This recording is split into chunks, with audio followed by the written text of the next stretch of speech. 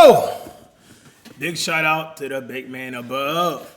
People been spamming this video right here tonight. How an FBI agent infiltrated the KKK.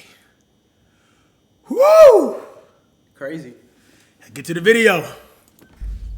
If there's any snitches in the group, we kill the snitches and they fire shots out of a gun. Boom, boom, and everybody's kind of getting scared. This quad is April crazy. 21, 2017. A group of men stand in a remote field in the middle of Alabama. It was nighttime and I am blindfolded. I've been instructed to place my right hand on the right shoulder of the person in front of me in line because that signifies brotherhood. The Brotherhood is the Ku Klux Klan, the United States' oldest, most notorious white supremacist hate group. This is one of their ceremonies. What they don't know, one of them is an FBI undercover agent, and he's no lightweight, 6'4", 260 pounds, covered in tattoos. His nickname, Hillbilly Donnie Brasco. He's gone undercover as a contract killer, a contraband smuggler, an arms dealer. He's put dozens of people behind bars, from drug dealers to violent motorcycle gangs to pedophiles. He's befriended and brought down biker gangs and neo-Nazis, people who are planning kidnappings, murders, and the overall downfall of society. And when he was saying we're going on a camping trip, what he was saying is we're going to kill somebody. And everybody's screaming, death to your, F your Jewish God, death to America. Bro, you can't tell me this dude. And everybody's... ITSBRBB donated $2. What y'all think about the new Nike LeBron 23 Oh, they're Bubble beautiful. Boy Fire. men's Can't lie basketball to you. shoe? Cop or drop them? That's a definitely cop. It's a beautiful silhouette, bro. The colorway is crazy. I was telling Jay, I don't think he put in the video he edited, but the beetle, it's a beetle right there that actually looked like LeBron's shoe, like the shell of it. It's a beautiful shoe, dog. Screaming death to your, F your John Jewish Williams God, death donated to America. $2. Yo Cash, I am unsubscribing BCU lame AF and it's time to go to Turkey for the transplant UNC. JK bro, much love fam, hope the fam is good.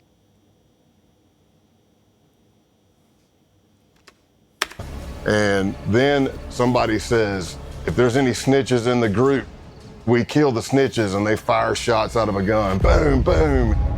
We drove all the way over to his ranch in Tennessee, and he told us everything. This is the story of Scott Payne, the redneck turned FBI agent who infiltrated America's underbelly.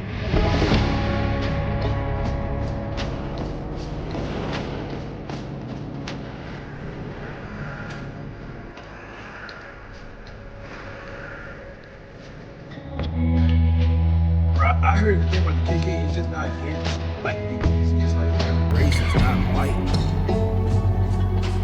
Yeah, man. So they see you, Jay. You do? Bro, you look like the guy who played for the Celtics, bro. Bro, stop. I'm not Peyton Pritchard. Yeah, Peyton Pritchard, bro. You look like him, matter of fact. People say, what people say I look like when I heard the most? Landon McBroom. Landon McBoom. I'm gonna do that for y'all. Check, my bad. Better now? Austin's brother, Landon. The majority of this video is based on Scott Payne's book and podcast. Find the links in the description. What I saw was a watery image. It was completely red. And there was a demon looking at me in that watery kind of ripple image with a grin and long crooked finger looking at me saying, come here, smiling. Scott is 14 years old, and he's just seen a demon. The year before, his parents divorced, and Scott went down a dark path. Boy! Consulting spirits, watching diabolical horror movies, satanic rituals, deals with the devil. That's what brought him here, a friend's house, spending the night. They've had a small amount of alcohol, but no drugs, no hallucinogens. I would do like these little vignettes where I would pretend I was being possessed by a demon or I was the devil or whatever. I was on the couch and I was doing this scene from a movie where somebody is like being possessed by a demon. And so I'm fighting in my voice. How did they went from this type of energy? Don't play with God, ladies and gentlemen. Well, yeah, I rebuke this too, fam. Rebuke. Oh, hell no. And then the demon voice comes in and there's this battle. And at the end, the demon wins and possesses the person. So that's what I act like happened. And I'm laughing like the demon, and I rolled over. It all started as a mock demonic possession, but then he actually saw a demonic figure, and this was his breaking point. So let's just say, after the demon scare, I got Jesus scared back into me, and that was it. Not that the devil was done with me, but I was done with him.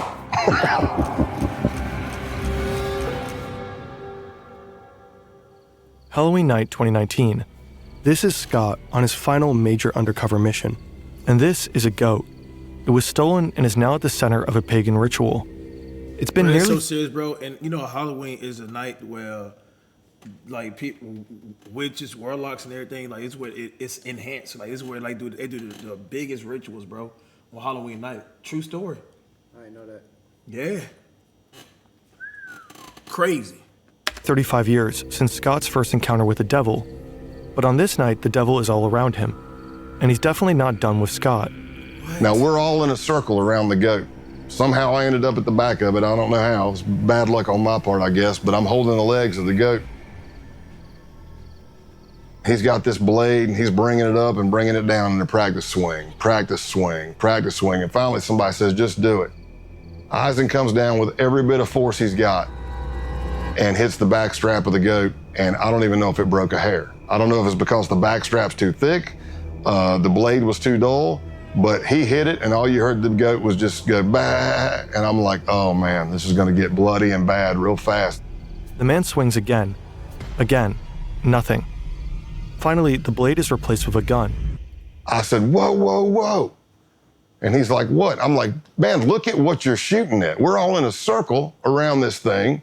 And then he looks, puts a round right in the head of the goat, and it hits the ground.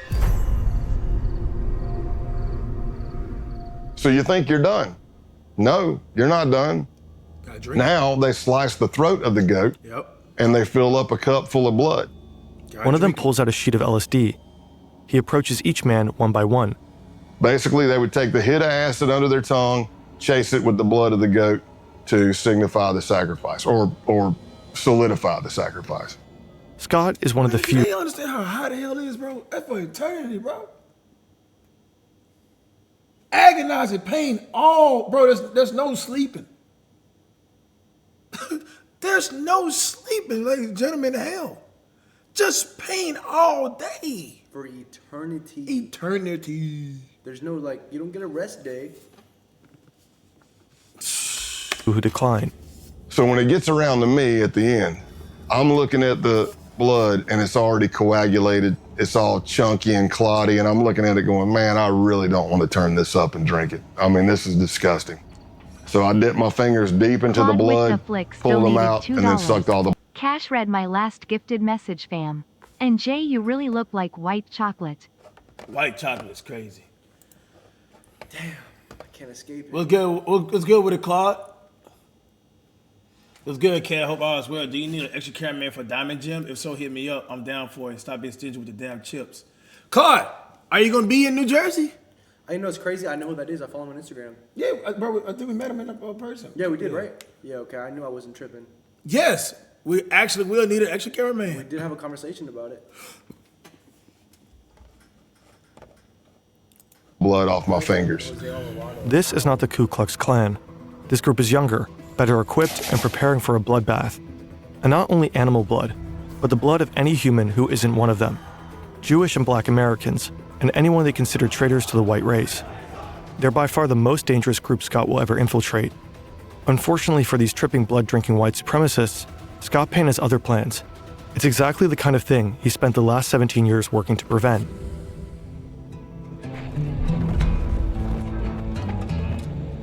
I became an FBI agent in 1998, and by 2002, I'd already done some undercovers for the FBI, but I wasn't yet certified through the FBI undercover school.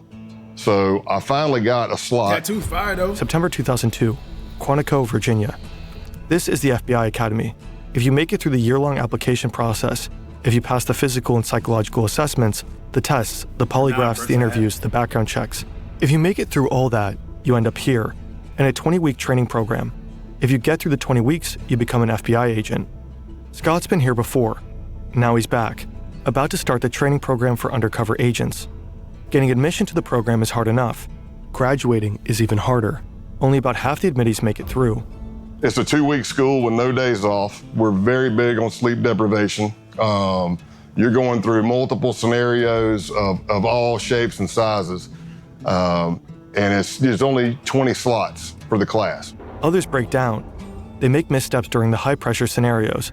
They grow delirious and erratic from the lack of sleep. But Scott thrives. The sleep deprivation, the relentless roleplay, the grueling exercise. Dang. If anything, he feeds on it.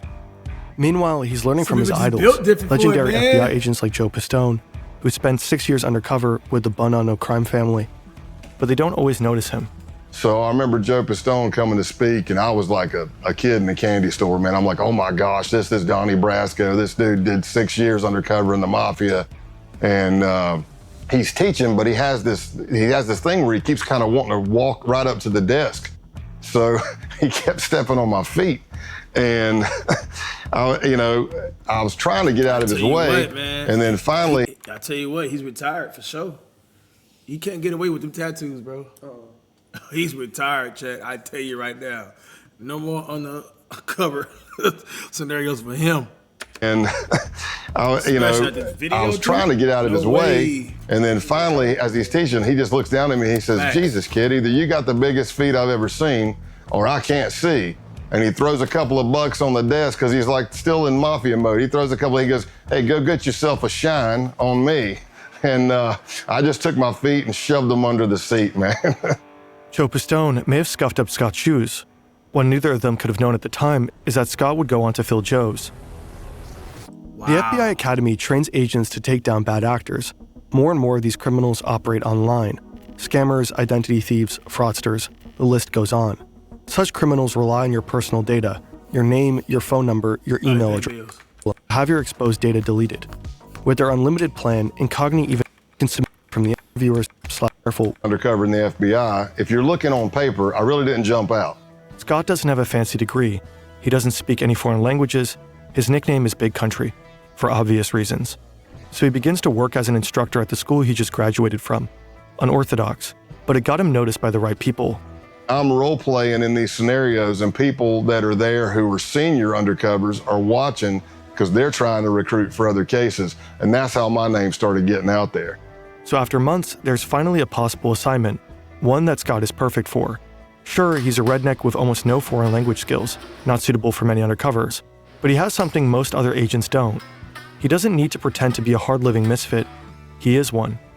He knows he'll feel at home where he's about to go, but he has no idea how close he'll grow to the criminals he's been assigned to infiltrate and how hard it will be to turn on them.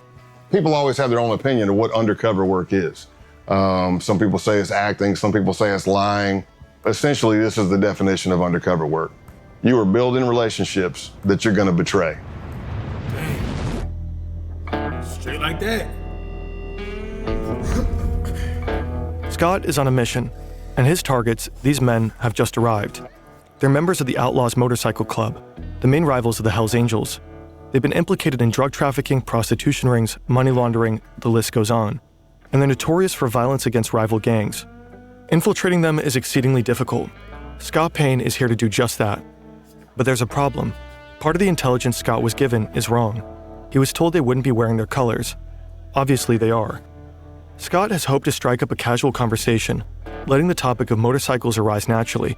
But these guys are advertising their gang affiliation. He can't just go up and say, hey, you guys ride. His only choice is to make them come to him. Luckily, another part of the intelligence is right. This guy, road named Spanky, loves to be the center of attention. So Scott steals it. He works the crowd. He tells jokes. He talks loudly. He draws attention to himself, making Spanky want to steal it back. Soon enough, Spanky asks where Scott is from and sends him a drink. Spanky's called me over. That's crazy, He's introducing me to man. other people. That's crazy. And of course, I'm getting more scrutiny. The more people I meet, the more scrutinized I am. Everything seems to be going well, but the real scrutiny happens somewhere else.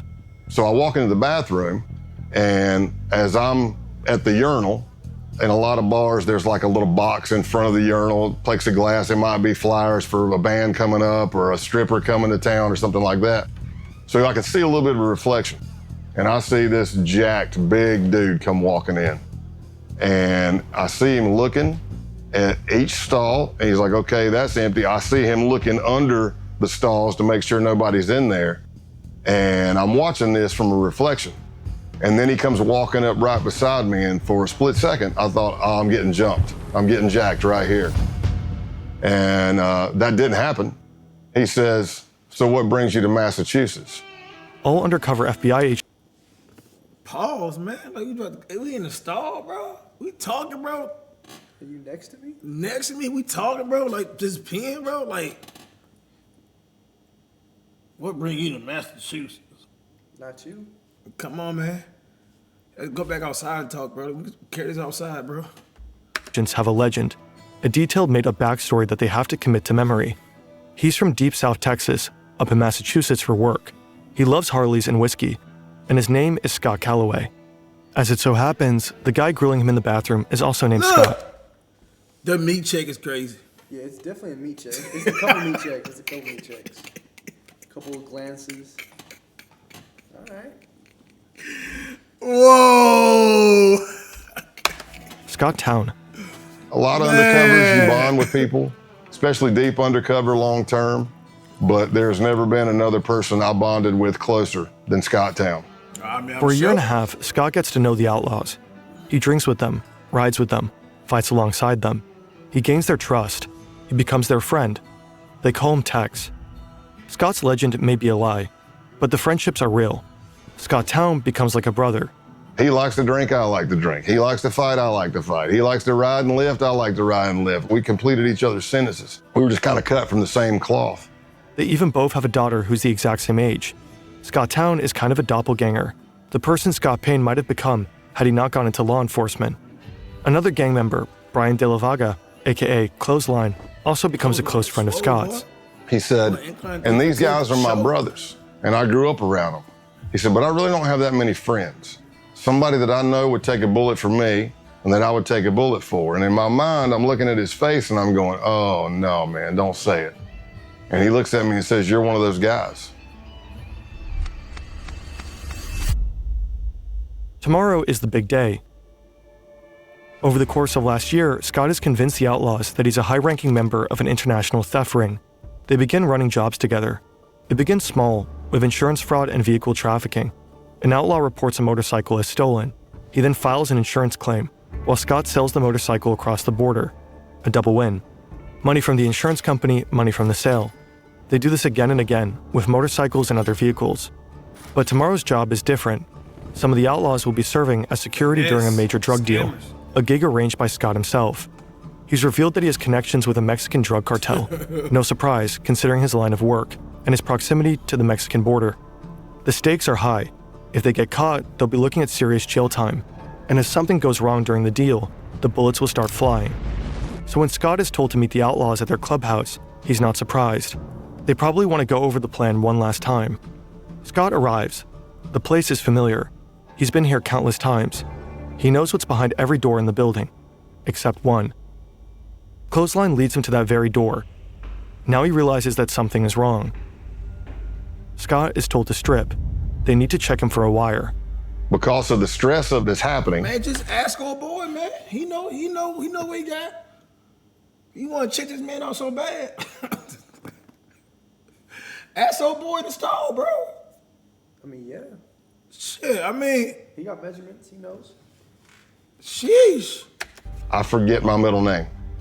I'm having an adrenaline dump. Ooh. And for anybody who's ever had it, it can be any traumatic experience, but I'm having auditory exclusion. So what I hear sounds like I'm underwater. It's going whoosh, whoosh. So it's slow. That's what I had when I met LeBron. What they call that? What is it? I'm having auditory exclusion. It can be any traumatic experience, but I'm having auditory. I forget my middle name. I'm having an adrenaline dump. Adrenaline dump. That's why I had with LeBron. That's how he explained it. When LeBron was like, what that line where he said, the first line you said? It's been a long time coming. Yeah, been a long time. I just couldn't react. I looked at it, I'm like, what? Like he was talking about, wasn't reacting, bro. And for anybody who's ever had it, it can be any traumatic experience, but I'm so serious, y'all. So serious. So what I hear sounds like I'm underwater. It's going whoosh, whoosh. So it's slow. I need you to take all your clothes off. It's slowing down. I'm getting time dilation in my eyes. Everything I see is in screen grabs. Click, click, click. I can feel my heart beating through my entire body. My hamstrings get rubbery. Now, he is, Clothesline has instructed me to take all my clothes off. Not that now. Here's what I'll tell you. If I'm not wired, it's just an embarrassing moment. I'm naked in a small crawl space with two guys with pistols. Problem is, I'm wired to the hilt.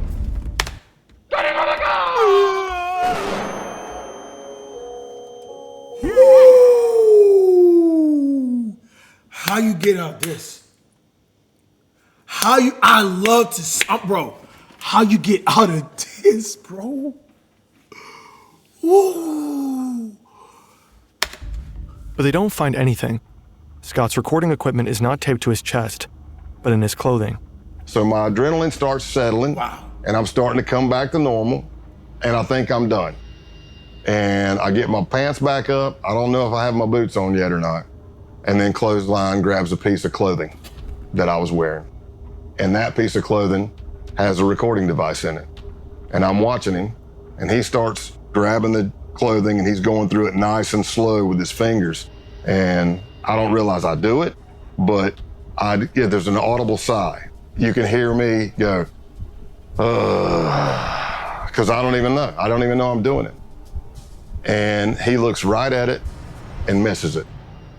Dang. And I live to fight another day. I live to fight another day. Cash, in the original version, he said his wife was praying for him around this time. God had him. God had him right there. Jeez. Two moving trucks Shout enter the out to the parking big lot man, of the Bub, Brockton man. Holiday Inn. One is filled with drugs. The other is filled with money. A Mexican drug cartel is selling 40 Gee, that kilograms of female don't look cocaine that good, and bro. 1,000 pounds. Damn, bro. That girl, bro. Who is she, bro? Damn, bro. You on the damn phone, bro? You go in the room, bro. It was Go 1 second. Bro, go pillow talk with her, bro. Pillow talk? I don't pillow talk. Damn, man. Go cuddle up in the bed, bro. Damn. Jeez. Of marijuana to Canadian buyers.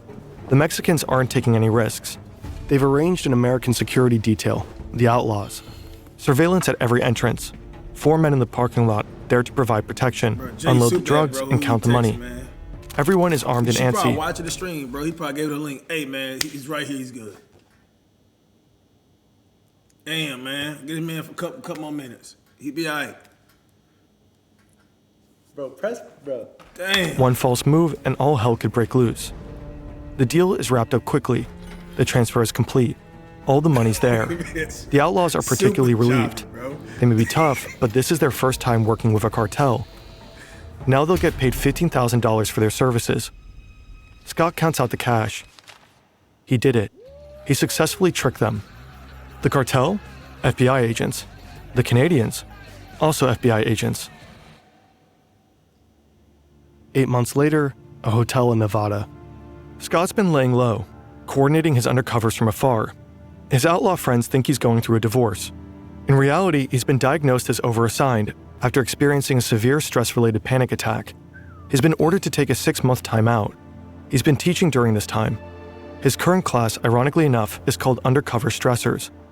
All the students have gone to bed, but Scott's only just returned to his hotel room. It's early 4 or 5 a.m. The drug deal back in November gave the FBI all the evidence necessary to arrest and imprison multiple outlaw members, but the operation has continued. Until today, the day of the takedown. Scott doesn't think he'll hear from any of them again, but then his phone rings. It's Scott Town, and he's concerned. He's heard some arrests were made, and he wanted his friend to know about it. He says he's going to take a shower and gather more information. He'll report back. And the last words we spoke to each other were, he said, "I love you, brother." And I said, "I love you too." And that was the last words I spoke to him. And probably about 45 minutes after that, a SWAT team hit his house and he went to jail. In the end, 15 outlaws were arrested as a result of Operation Roadkill. One of them was sentenced to 21 years in prison. Clothesline got 12 and a half years. Scott Town, 7. The outlaws never saw their friend Scott Calloway again.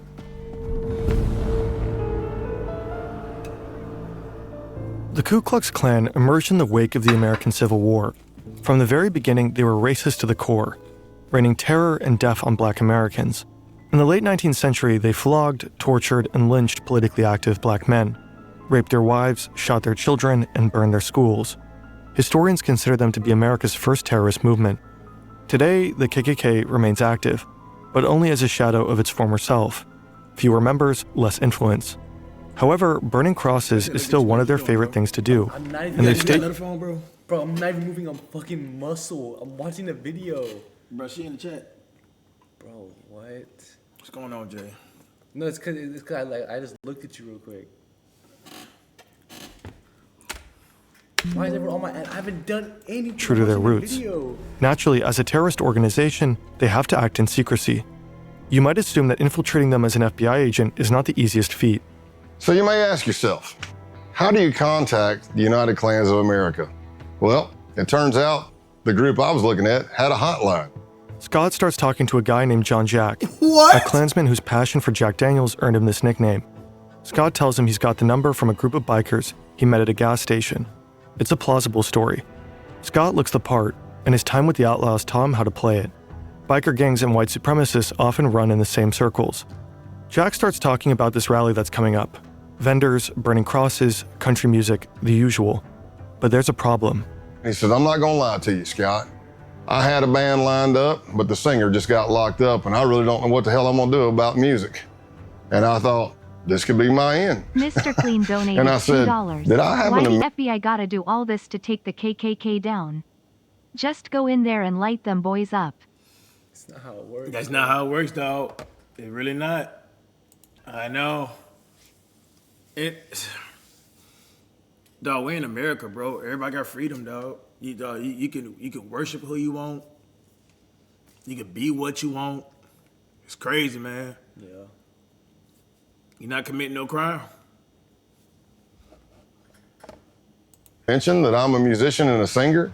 I said, well, I'll tell you what I'll do. I'll bring my acoustic and my PA system. When I get there, you can come meet me by the car. I'll strum a couple of tunes for you if you think I suck. And he's like, oh, hell, this is gonna be great. It's gonna be great.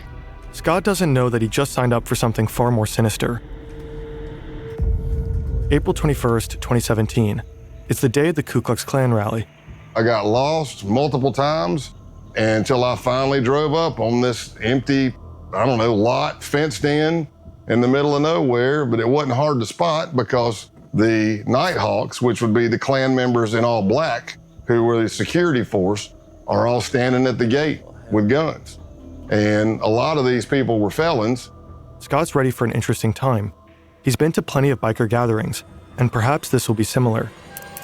During his mission, Scott will be taught the KKK's imagine. constitution and bylaws, studying just the Black Klan. imagine thinking that whoever they praising to, bro, I'm gonna keep it short with it. Who are they praising to?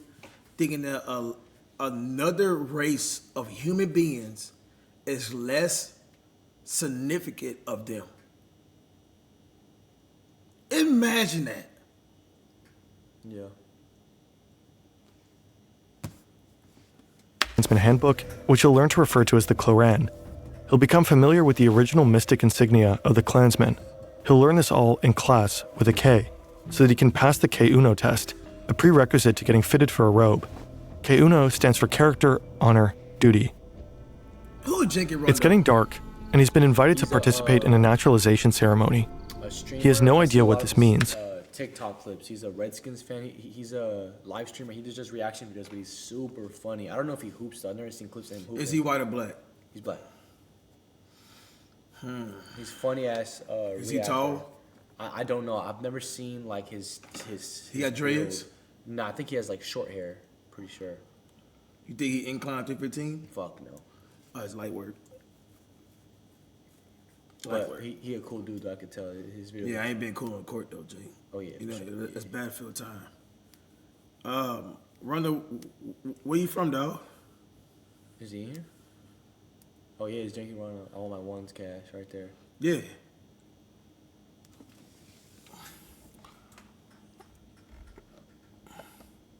From Canada?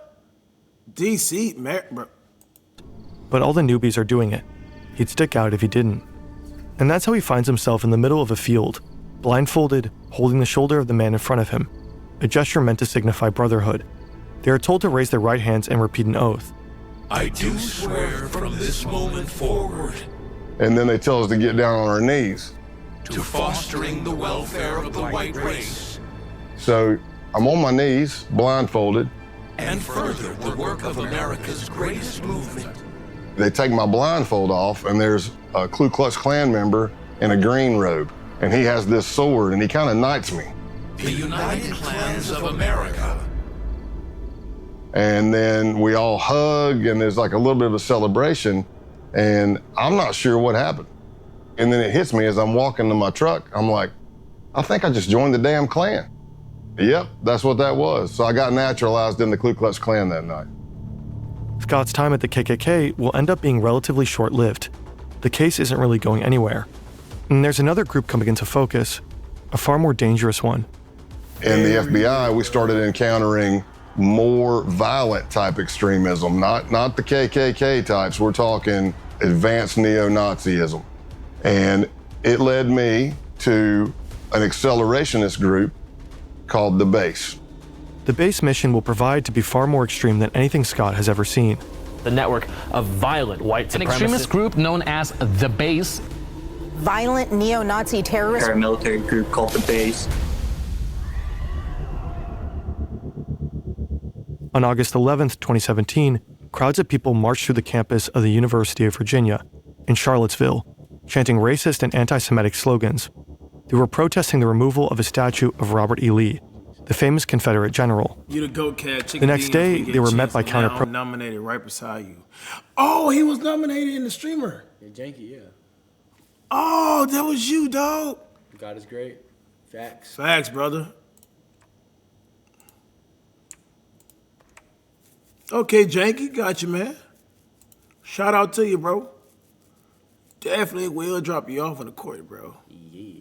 Protesters, For sure. and things quickly turned violent. Then they turned deadly.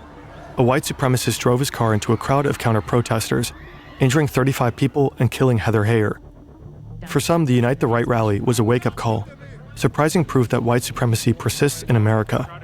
To others, it was a grim reminder, and frightening evidence that white supremacists were feeling emboldened enough to come out of the shadows. The first accelerationist group emerged in 2015. They called themselves Atom Waffen Division.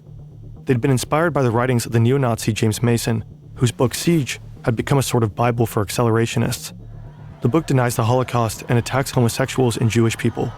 It also calls for organized violence, specifically for the formation of terror cells prepared to wage war against the system. Initially regarded as fringe or even cringe, accelerationism steadily gained traction. By 2021, roughly 90% of white nationalist groups identified as accelerationist. That same year, the US Director of National Intelligence identified racially motivated violent extremists as the most lethal domestic terrorism threat. More than other white supremacist ideologies, accelerationism insists on the importance of direct violent action, the kind of action taken by the people they call saints. Like St. Tarrant, for Brendan Tarrant, the Australian white supremacist who attacked 2 mosques in Christchurch, New Zealand. He killed 51 people. Or St. Roof, for Dylan Roof, who killed 9 people, all black, during a church service in Charleston, South Carolina. This is the kind of action— Wait, what? Boy, you going to hell. He killed 51 people. Church? Y'all all going to hell. Church? We shooting up churches?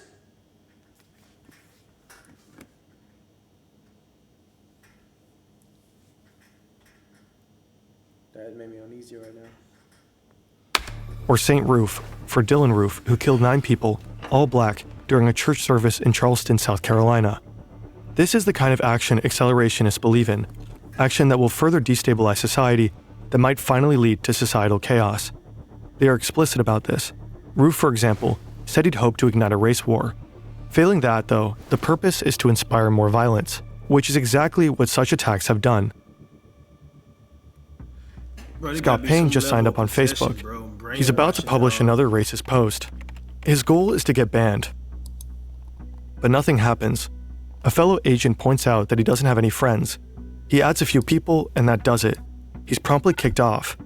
Okay, well done. Next up is Gab. a social networking site well known for its tolerant stance towards far-right users. He participates in forums with names like Whites Only. This will further elevate his credentials. On July 15th, 2019, he writes an email.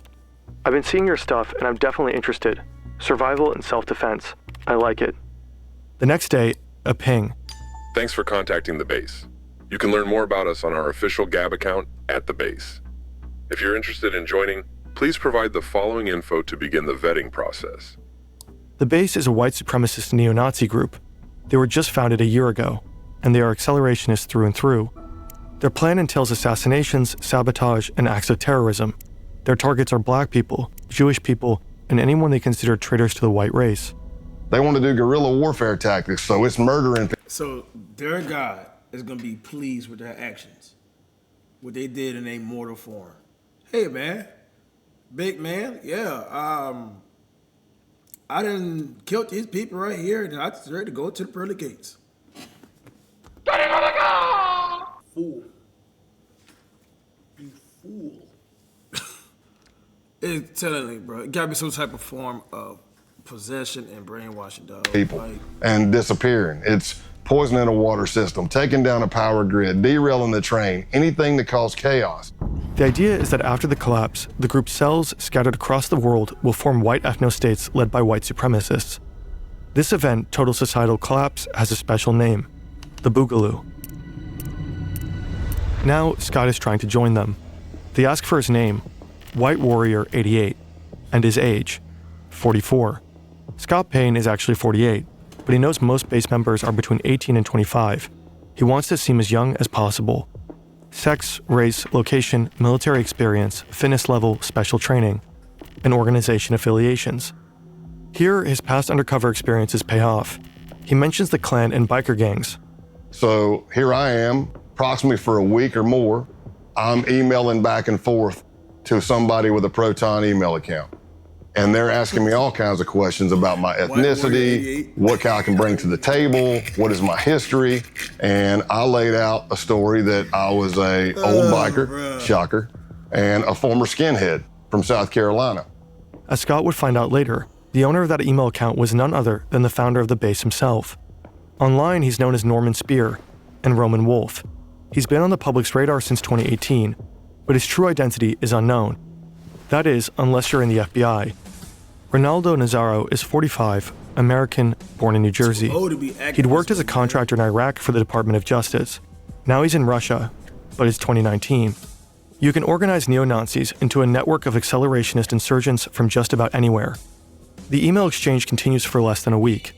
Then, Scott is invited for a phone interview. It's supposed to take 30 minutes, but ends up lasting an hour. Now, both Scott and the base have a 24-hour grace period. After that, Scott will need to make the decision. Does he truly want to join? I passed the test, and they bring me in. And they asked me, hey, where are you located? And I said, in East Tennessee. And they said the closest cell to you is in North Georgia. That's where Scott will have to pass one final test, an in-person vetting session. August 2, 2019, Rome, Georgia. To Scott, the men look more like boys. He knows that one of them is the leader of the base's Rome cell, but that's it. They tell him to step out of his truck. Scott isn't wearing a wire. He knows they'll check. But hidden in his truck is a tracking device, put there by his case team. As long as Scott is near his truck, his team will be able to find him. I step out, shake hands or whatever, and he says, hey, I need you to put your phone in airplane mode. And I said, okay. He pulls out this wand thing that I'd never seen before. It looked like a Geiger counter. It had a big triangle card in it, lights all over it. He wands me, and I pass because I'm fine, I don't have anything. Then he starts wanding my truck. No big deal. Until he starts going to the back driver's side of my truck, which is where the case team placed my tracker. That thing he's holding in his hand starts going crazy. The closer he gets to the back of the truck, it starts beeping, beeping, beeping, beeping, beeping, beeping. I see colors going on it. I'm like, oh no, man, it's picking up the tracker. Scott braces for a fight. He's alone. His team knows where he is, but they have no idea something is wrong. But he gets lucky. The other guy wonders if the device is picking up the power lines. And he walks over.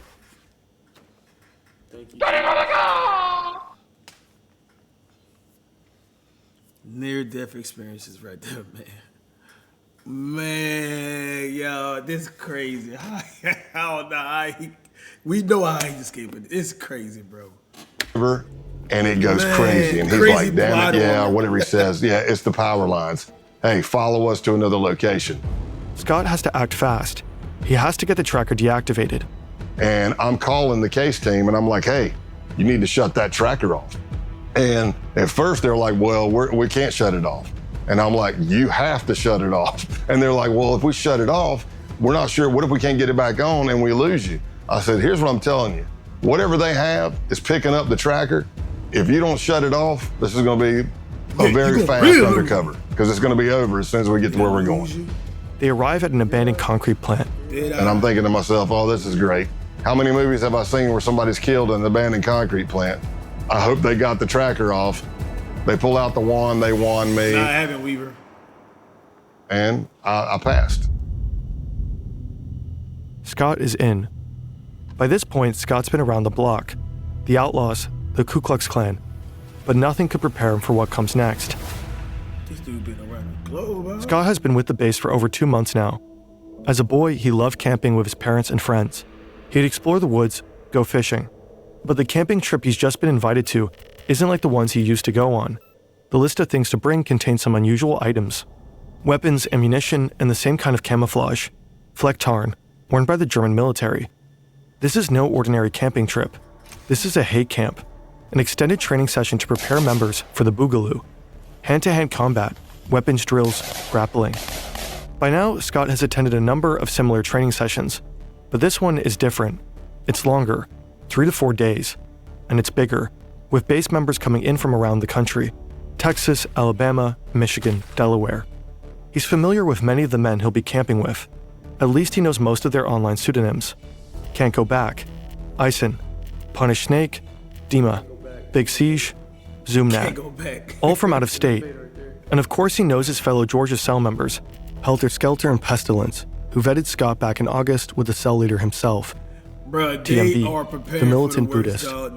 Everyone knows Scott by his code name, Pale Horse. When you're an undercover agent, some cliches are true. Scott has learned to expect the unexpected, yet he fails to expect what would happen at the Halloween hate camp. I wake up to pounding on my window. Pale horse, you gotta wake up, you gotta wake up. I'm like, what's up, man, what's going on? They're like, hey, you gotta get out here and see this. I've been doing undercover since 1996 at this point. And I have never been with a group of people where I had to burn Bibles, burn American flags. I damn sure wasn't part of a group that went out and stole a goat and we sacrificed it at a pagan ritual and drank its blood. And I did all that in 3 days with these guys. After they decapitated the goat, the group comes together for a barbecue. They roast the goat over an open fire and have it for dinner. All of this, of course, while tripping balls.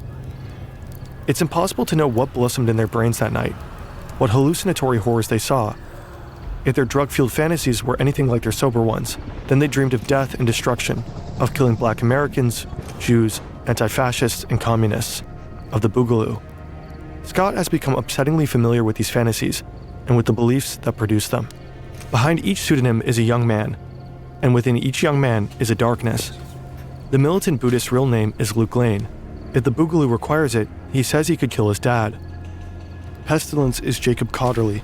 He believes Hitler is still alive. Michael Helterbrand, aka Helter Skelter, says he'd have no problem killing a commie kid.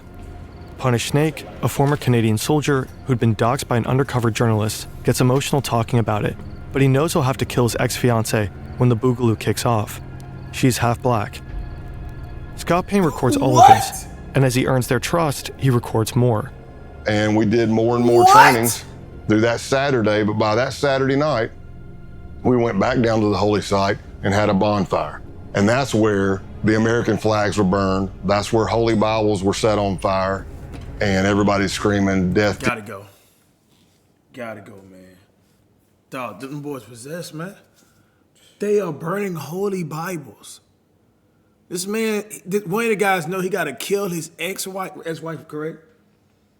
Or fiancée because she's half black. It's all right, because when that judgment day comes and they step up in line, cowards. Man, every knee will bow, bro. F your Jewish God, death to America.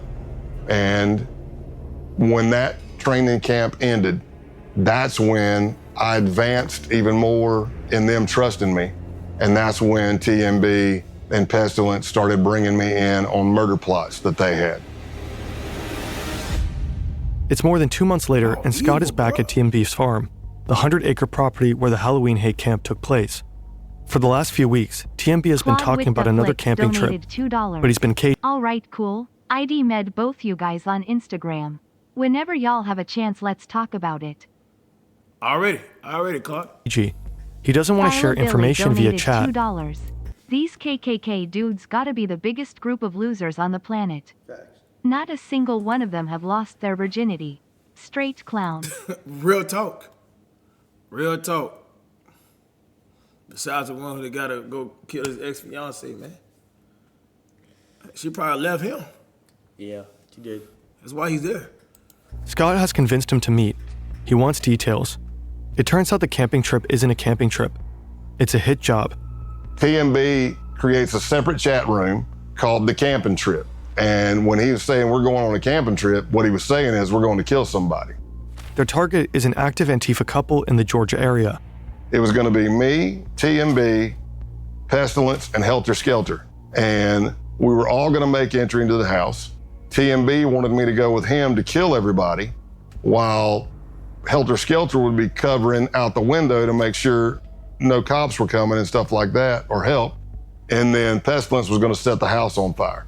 But in the planning of everything, at one point, Helter Skelter says, hey, if you don't mind, I'd like to pop my cherry on this one. That confused me because it means something completely different to me. And I'm like, what do you mean? And he said, I would like to actually put a bullet in somebody's head as well. After casing the house, they begin the next phase of the murder plot, planning. It was pretty extensive. Like, you go to a camping site, we leave everything digital, everything phones, everything there. We go scrub ourselves at a pay-by-the-hour motel. We tape our pants to our shoes, our gloves to our shirts, Vaseline on eyebrows and facial hair. See, this is all to avoid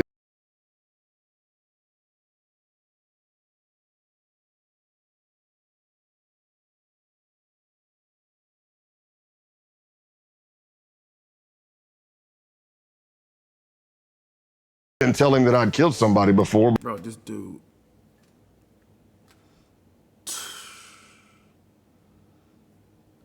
Bro, petroleum jelly on the eyebrows? And hair. That is crazy, bro. And you gotta put it on an adult diaper. Man. But I told him I think I'm okay. I don't need any diapers. I was just as shocked when I got brought in on this murder plot as most people were. But while this is going on, the Baltimore cell, which is Can't Go Back and Eisen and Punish Snake, are planning to go to this Second Amendment gun rights rally in Virginia that they thought was going to be the kickoff of the Boogaloo and the D-Day, the race war. Their idea was they knew you're going to have a bunch of Second Amendment people there, militias, 3%ers. You're going to have cops, you're going to have protesters. What if you pop a couple of rounds into that crowd, nobody know who's shooting at who, and everybody starts shooting each other?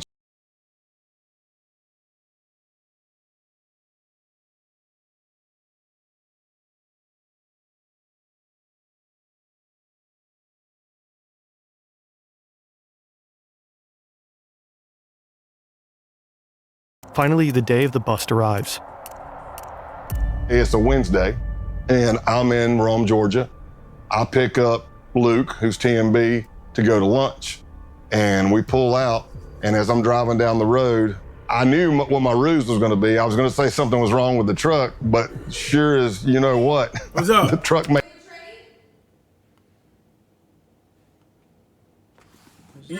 Yeah.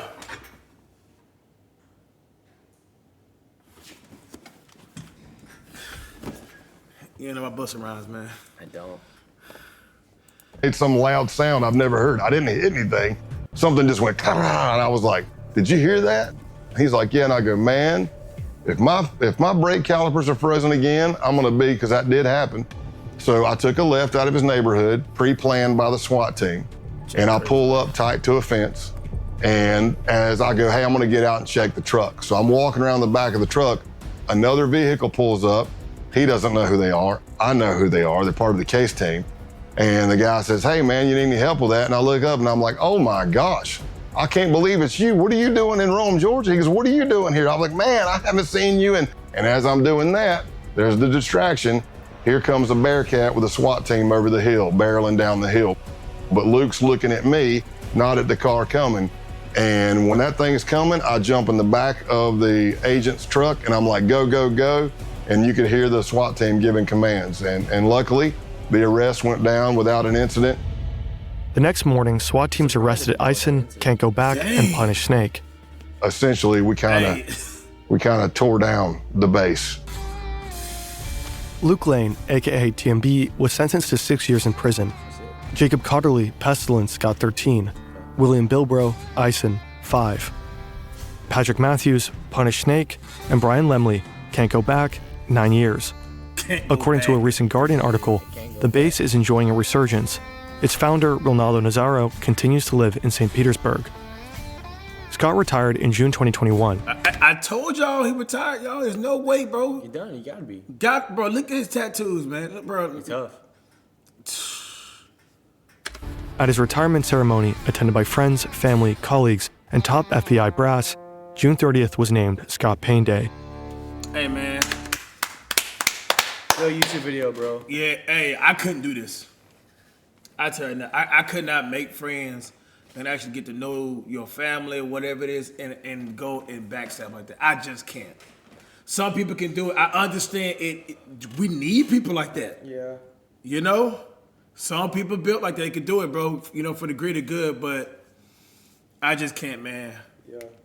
Facts, bro. It's tough. It's definitely tough. Yeah, because, like, bro, to be a good undercover, bro, like, you initially meeting the best friend. Yeah. You're like, you know?